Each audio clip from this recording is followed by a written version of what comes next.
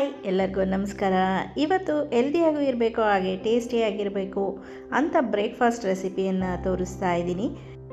ಬೆಳಗಿನ ಬ್ರೇಕ್ಫಾಸ್ಟು ಹೆಲ್ದಿಯಾಗಿದ್ದರೆ ಇಡೀ ದಿನ ಆ್ಯಕ್ಟಿವ್ ಆಗಿರ್ಬೋದು. ಹಾಗಾಗಿ ಒಂದು ಪ್ರೋಟೀನ್ ತುಂಬಿರುವ ರೆಸಿಪಿಯನ್ನು ಮಾಡ್ತಾಯಿದ್ದೀನಿ. ಅದರ ಜೊತೆಗೆ ನೆಂಚ್ಕೊಳ್ಳೋದಕ್ಕೆ ಸೂಪರಾಗಿರೋ ಒಂದು ಚಟ್ನಿಯನ್ನು ಮಾಡ್ತಾಯಿದ್ದೀನಿ. ರೆಸಿಪಿಯನ್ನು ಶುರು ಮಾಡೋದಕ್ಕಿಂತ ಮೊದಲು ಯಾರೆಲ್ಲ ಇನ್ನೂ ಸಬ್ಸ್ಕ್ರೈಬ್ ಮಾಡ್ಕೊಂಡಿಲ್ಲ ಅಂದರೆ ದಯವಿಟ್ಟು ಸಬ್ಸ್ಕ್ರೈಬ್ ಮಾಡ್ಕೊಂಡು ನೋಡಿ. ಪಕ್ಕದಲ್ಲಿರುವ ಬೆಲ್ಲೈಕನನ್ನು ಪ್ರೆಸ್ ಮಾಡಿ. ನಾನು ಮಾಡೋ ಪ್ರತಿಯೊಂದು ವಿಡಿಯೋ ನೋಟಿಫಿಕೇಷನ್ ನಿಮಗೆ ಬರುತ್ತೆ. ರೆಸಿಪಿಯನ್ನು ಶುರು ಮಾಡೋಣ.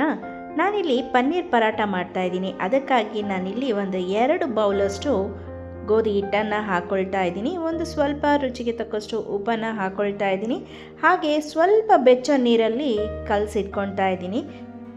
ನೋಡಿ, ಇದಕ್ಕೆ ಸ್ವಲ್ಪ ಎಣ್ಣೆಯನ್ನು ಹಚ್ಬಿಟ್ಟು ಒಂದು 20 ನಿಮಿಷ ನೆನೆಯೋದಕ್ಕೆ ಬಿಡೋಣ.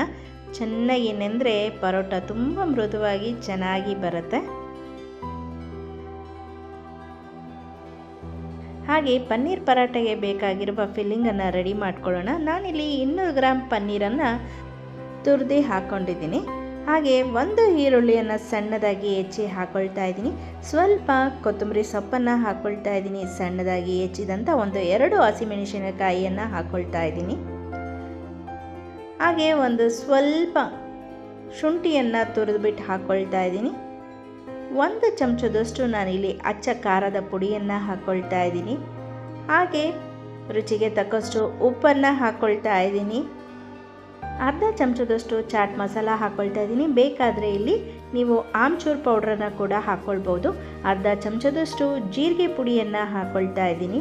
ಹಾಗೆ ಒಂದು ಅರ್ಧ ಚಮಚದಷ್ಟು ಅಜ್ವೈನ್ ಕಾಳುಗಳನ್ನು ಹಾಕ್ಕೊಳ್ತಾ ಇದ್ದೀನಿ.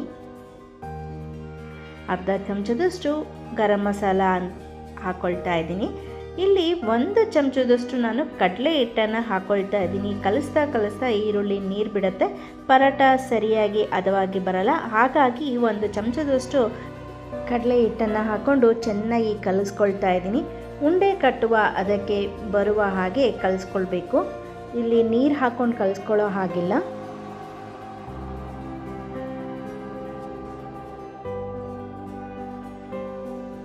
ನೋಡಿ, ಪನ್ನೀರ್ ಪರಾಟಗೆ ಫಿಲ್ಲಿಂಗ್ ರೆಡಿಯಾಗಿದೆ. ಹಾಗೆ ನೆಂಚ್ಕೊಳೋದಕ್ಕೆ ಚಟ್ನಿಯನ್ನು ಮಾಡೋಣ. ಒಂದು ಬೆಳ್ಳುಳ್ಳಿ ಚಟ್ನಿಯನ್ನು ಮಾಡೋಣ. ನಾನಿಲ್ಲಿ 1 ಬೌಲಷ್ಟು ಬೆಳ್ಳುಳ್ಳಿಯನ್ನು ತೊಗೊಂಡಿದ್ದೀನಿ. ಸುಮಾರು ಒಂದು 5-6 ಬೆಳ್ಳುಳ್ಳಿಯನ್ನು ಸಿಪ್ಪೆ ಬಿಡಿಸಿ ಇಟ್ಕೊಂಡು ಹಾಕ್ಕೊಳ್ತಾ ಇದ್ದೀನಿ. ನಂತರ ಒಂದು ಜಾರಿಗೆ ಹಾಕ್ಕೊಂಡು ತರಿಯಾಗಿ ರುಬ್ಕೊಳ್ಬೇಕಾಗತ್ತೆ. ತುಂಬ ನೈಸ್ ಪೇಸ್ಟ್ ಬೇಡ, ತರಿಯಾಗಿ ಇದ್ದರೆ ಸಾಕು. ನೋಡಿ, ಬೆಳ್ಳುಳ್ಳಿ ರೆಡಿಯಾಗಿದೆ. ಈಗ ಇನ್ನೊಂದು ಕಡೆ ಒಂದು ಬಾಣಲಿಗೆ ಒಂದು ಸ್ವಲ್ಪ ಎಣ್ಣೆಯನ್ನು ಹಾಕ್ಕೊಳ್ಳೋಣ.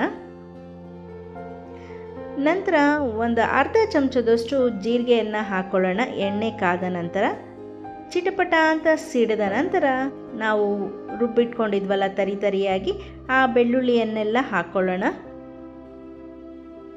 ಸ್ವಲ್ಪ ಎಣ್ಣೆಯಲ್ಲಿ ಹಸಿ ವಾಸನೆ ಹೋಗೋವರೆಗೂ ಫ್ರೈ ಮಾಡ್ಕೊಳ್ಬೇಕಾಗತ್ತೆ. ಬೆಳ್ಳುಳ್ಳಿಯ ಹಸಿ ವಾಸನೆ ಹೋದರೆ ಚಟ್ನಿ ತುಂಬ ಟೇಸ್ಟಿಯಾಗಿ ಬರುತ್ತೆ. ಇಲ್ಲ ಅಂದರೆ ಹಸಿ ಬೆಳ್ಳುಳ್ಳಿ ಸ್ಮೆಲ್ಲೇ ಬರ್ತಾ ಇರುತ್ತೆ.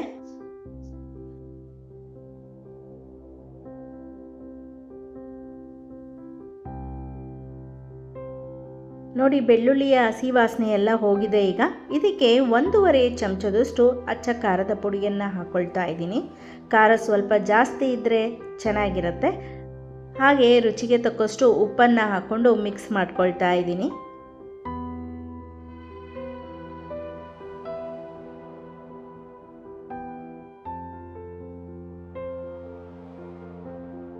ನಂತರ ಒಂದು 1/4 ಕಪ್ಪಷ್ಟು ನೀರನ್ನು ಹಾಕ್ಕೊಳ್ತಾ ಇದ್ದೀನಿ.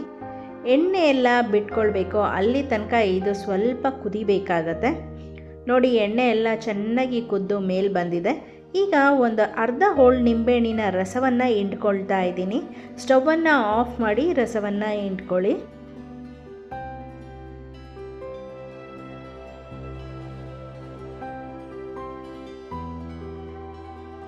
ಸ್ವಲ್ಪ ಕೊತ್ತಂಬರಿ ಸೊಪ್ಪನ್ನು ಸಣ್ಣದಾಗಿ ಹೆಚ್ಚಿ ಹಾಕ್ಕೊಂಡು ತಿರುಗಿಸ್ಕೊಳ್ಳೋಣ. ನಂತರ ಬಿಸಿ ಪನ್ನೀರ್ ಪರಾಟ ಜೊತೆಗೆ ತಿಂತಾ ಇದ್ದರೆ ಸೂಪರಾಗಿರುತ್ತೆ ಟೇಸ್ಟು. ಚಟ್ನಿ ಅಂತೂ ರೆಡಿ ಆಯಿತು. ಪರಾಟಗೆ ಸ್ಟಫಿಂಗ್ ಕೂಡ ರೆಡಿಯಾಗಿದೆ. ಈಗ ಪರಾಟ ಮಾಡೋದಷ್ಟೇ ಬಾಕಿ.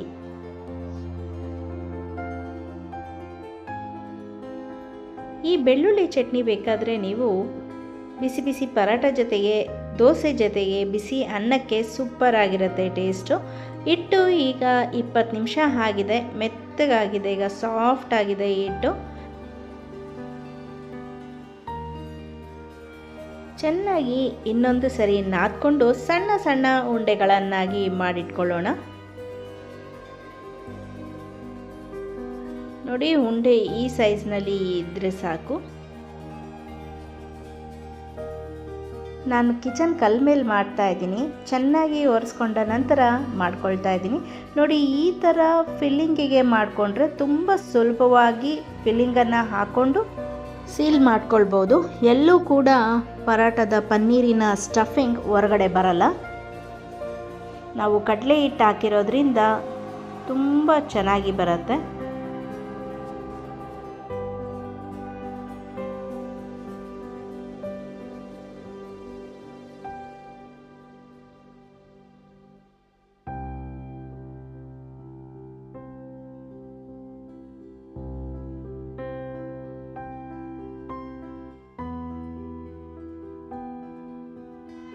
ಪನ್ನೀರಿನ ಫಿಲ್ಲಿಂಗ್ ಎಲ್ಲ ಕಡೆ ಸಮನಾಗಿ ಹರಡಬೇಕು. ಹಾಗಾಗಿ ಸಮವಾಗಿ ಲಟ್ಟಿಸ್ಕೊಳ್ಬೇಕಾಗತ್ತೆ.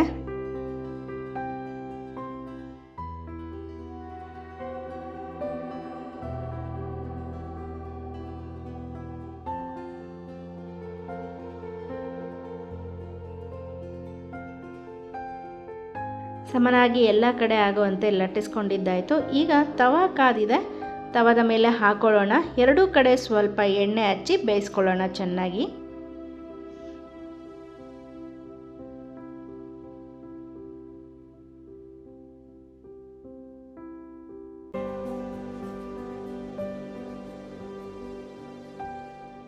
ಎರಡು ಕಡೆನೂ ಪನ್ನೀರ್ ಪರಾಟವನ್ನು ಚೆನ್ನಾಗಿ ಬೇಯಿಸ್ಕೊಂಡ ನಂತರ ಬಿಸಿ ಬಿಸಿಯಾಗಿ ಸರ್ವ್ ಮಾಡೋಣ.